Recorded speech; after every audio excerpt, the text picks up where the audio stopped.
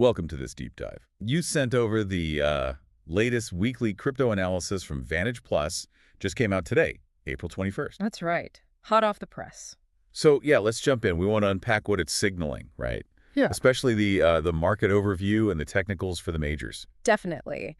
And the first thing the report flags is a pretty positive trading pattern overall in crypto. Kind of moving with stocks, is that it? Yeah, exactly. It mentions that mirroring effect, seeing similar positive trends in equities maybe suggests a bit more, risk appetite across the board. Okay, interesting correlation. And it talks about Bitcoin possibly climbing higher. What's behind that feeling? Well, they point to a couple of things. One is the US dollar weakening a bit. Uh-huh. That often helps assets like Bitcoin. And also, gold's been rising, and the report kind of hints Bitcoin might be getting some of that momentum back, like an alternative asset play. Right, okay. But here's something that caught my eye, this crypto quant data. Hmm? Potential for fresh price swings from midterm holders, people holding 3 to 12 months. Yeah, that's a key point. Historically, that group, they can be a bit more reactive. Reactive how? Like, they might move faster based on, say, anticipating a market event, Right. regulatory news, maybe a big tech upgrade coming. Their trading can sometimes, stir things up a bit, add some volatility. Got it. So something to watch out for there. Okay, let's shift to the technical analysis. Bitcoin first, it's hovering around what? USD 85,282? Yep, around there. And despite maybe some earlier caution mentioned, the general vibe now seems positive again for BTC. So what are the levels? What should we be looking at? The big one is USD 88,000.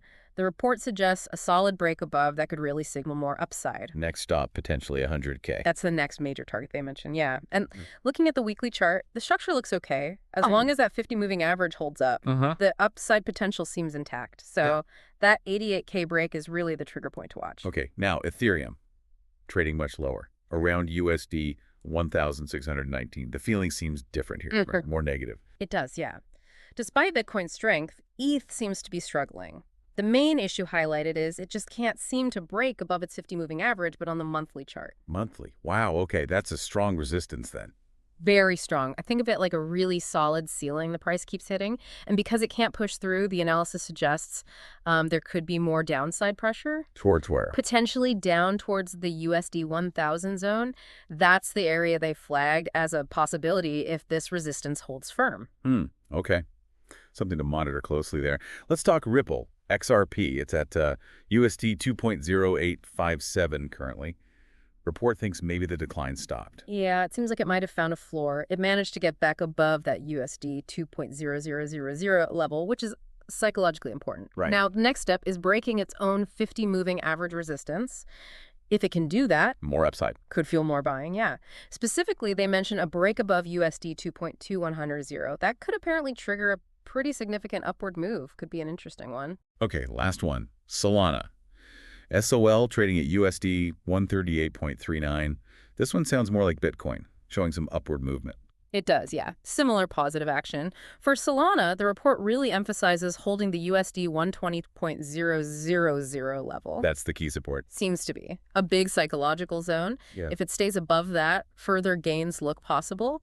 And just like the others, breaking its 50 moving average could also give it another push upwards. So wrapping up this week's analysis from Vantage Plus, it's a bit of a mixed bag, isn't it? Definitely. You've got Bitcoin and Solana showing strength, potential for more upside. But then Ethereum is facing this really tough resistance level. And that layer of potential volatility from those midterm holders that CryptoQuant flagged adds complexity. For sure. So I guess the key takeaways for listeners are watch if Bitcoin can crack 88K.